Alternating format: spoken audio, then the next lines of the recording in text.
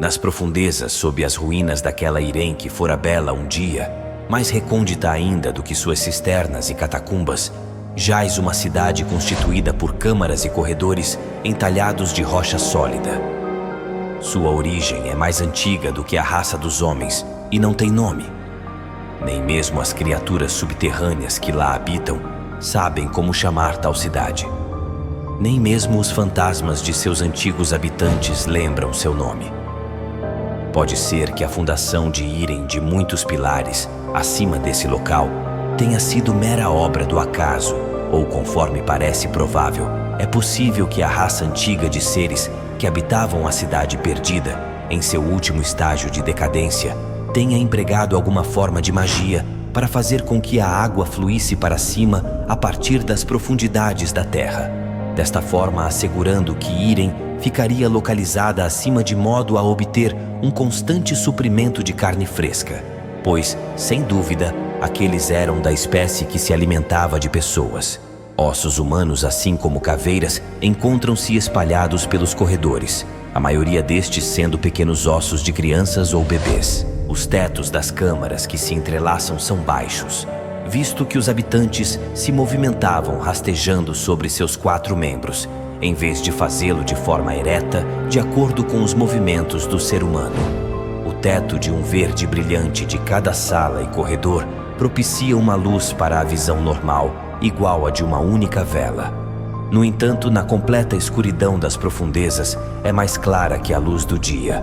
Pinturas de muitas cores decoram as paredes das câmaras, seus pigmentos erguidos da superfície da pedra e texturizados, de forma que parecem se destacar com uma realidade muito mais que pictórica, além do que, ao serem observados fixamente durante diversos minutos, seus objetos bruxuleiam e proporcionam uma aparência de movimento e vida. Tão fantástica é a habilidade dos artistas ancestrais. Nessas decorações está contida a história dessa raça desconhecida, que pode ser lida por um homem sábio como em um livro, se este dedicar uma parte de seu tempo para estudá-la. Eram criaturas similares aos crocodilos do rio Nilo, no entanto com membros mais longos e caudas mais curtas, e com crânios grandes em forma de domo. Suas pernas dianteiras terminavam em dedos delgados e convenientes para a manipulação de ferramentas, além de ser evidente que essas criaturas poderiam se curvar para cima e suportar a si mesmas sobre suas pernas traseiras e sua cauda ao utilizarem as mãos. Possuíam grande riqueza. Todas as figuras nos murais são apresentadas vestindo elaborados colares e faixas de cabeça de ouro e adornados com joias, e seus corpos morenos são envoltos em mantos dispendiosos das mais brilhantes cores. Pode ser que eles não representassem por meio de pintura seus escravos, mas somente seus nobres. As mais antigas pinturas nas paredes mostram um tempo distante em que viviam na superfície de nosso mundo, em cidades de torres elevadas e arrojadas, conectadas por pequenos passadiços, do tipo que nunca foi construído pelos homens. Ao redor dessas cidades, cresceram florestas de árvores gigantescas, habitadas por feras monstruosas. Um aterrorizante cataclismo destruiu os monstros das florestas e escureceu os céus, lançando as cidades na escuridão e conduzindo a raça para baixo da superfície da terra. No fundo das cavernas protetoras, eles prosperaram e aprenderam a angariar seus próprios alimentos e criar sua própria ser contemplada. Luz. Na verdade, a ingenuidade desses seres é uma maravilha a ser contemplada. Os murais degeneraram-se em termos de qualidade, visto ilustrarem épocas finais na história da raça reptiliana. Lentamente, esta entrou em derrocada e declinou, numericamente falando, até que somente uma única cidade subterrânea permaneceu lá.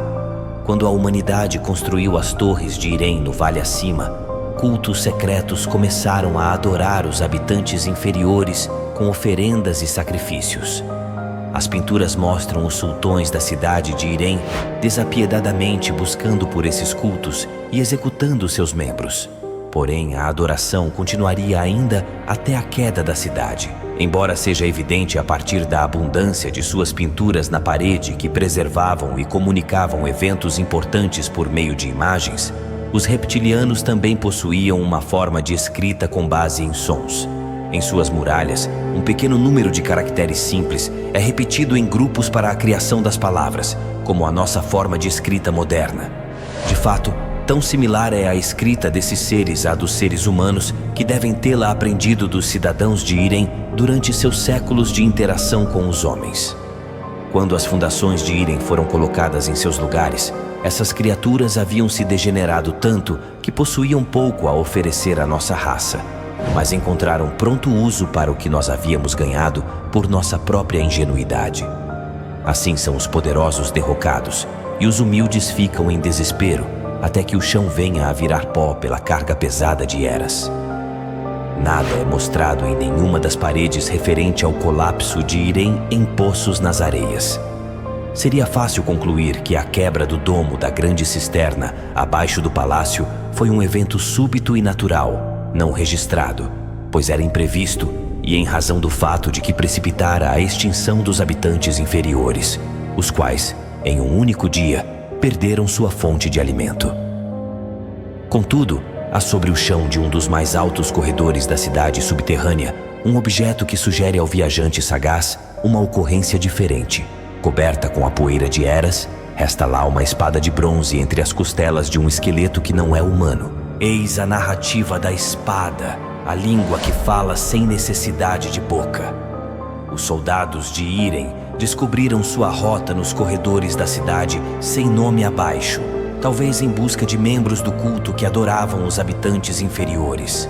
Com o intuito de impedir sua extinção pelas espadas dos homens, os últimos habitantes reptilianos fizeram uso de algum vestígio da mágica que, em eras passadas, havia feito com que águas da terra fluíssem como fontes para cima, para o interior das cisternas, de modo a trazer abaixo a cidade. A mágica que pode causar fissuras e abalos sísmicos na terra. Mesmo em seu estado de degeneração e decadência, as criaturas devem ter tido conhecimento de que forjavam sua própria destruição.